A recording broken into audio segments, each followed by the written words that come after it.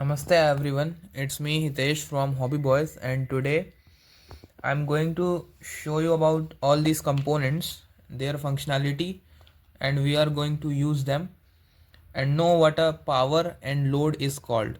So let's get started. So this is called a 9-volt battery, and as we already know, this is its connector. So what we have to do is just connect it. Let me do it. So like this, you see these are two terminals, right? One is negative and another is positive. The negative one is black and the positive one is red. So we just see these small indications right here in the breadboard that says plus and minus. So I'm going to connect the plus to plus and minus to minus. So let's do it. Just a second.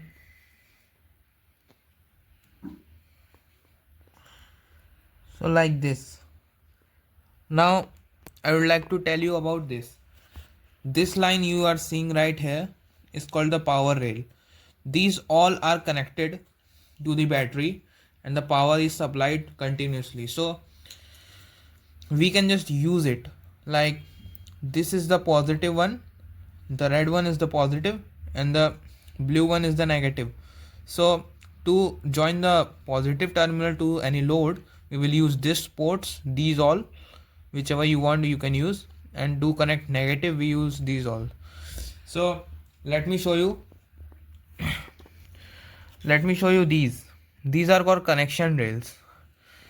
It is not connected this way, it is connected like vertically.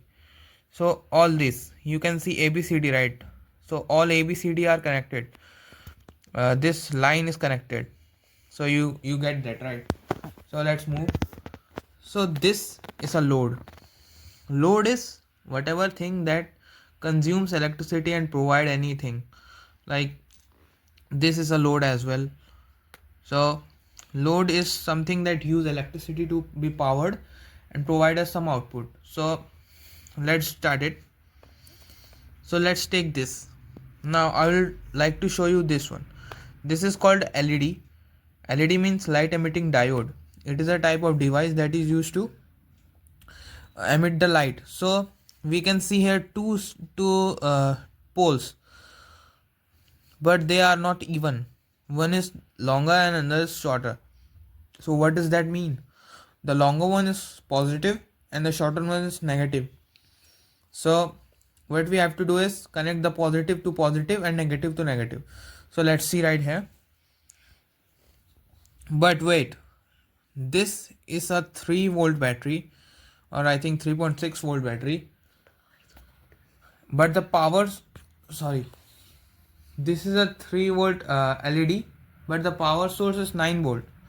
So this will damage the LED.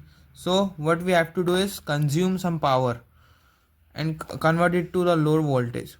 For that I will use this resistor. Don't worry, I will talk about this in the next video, but for now let's take this. I will connect it. Let me show you.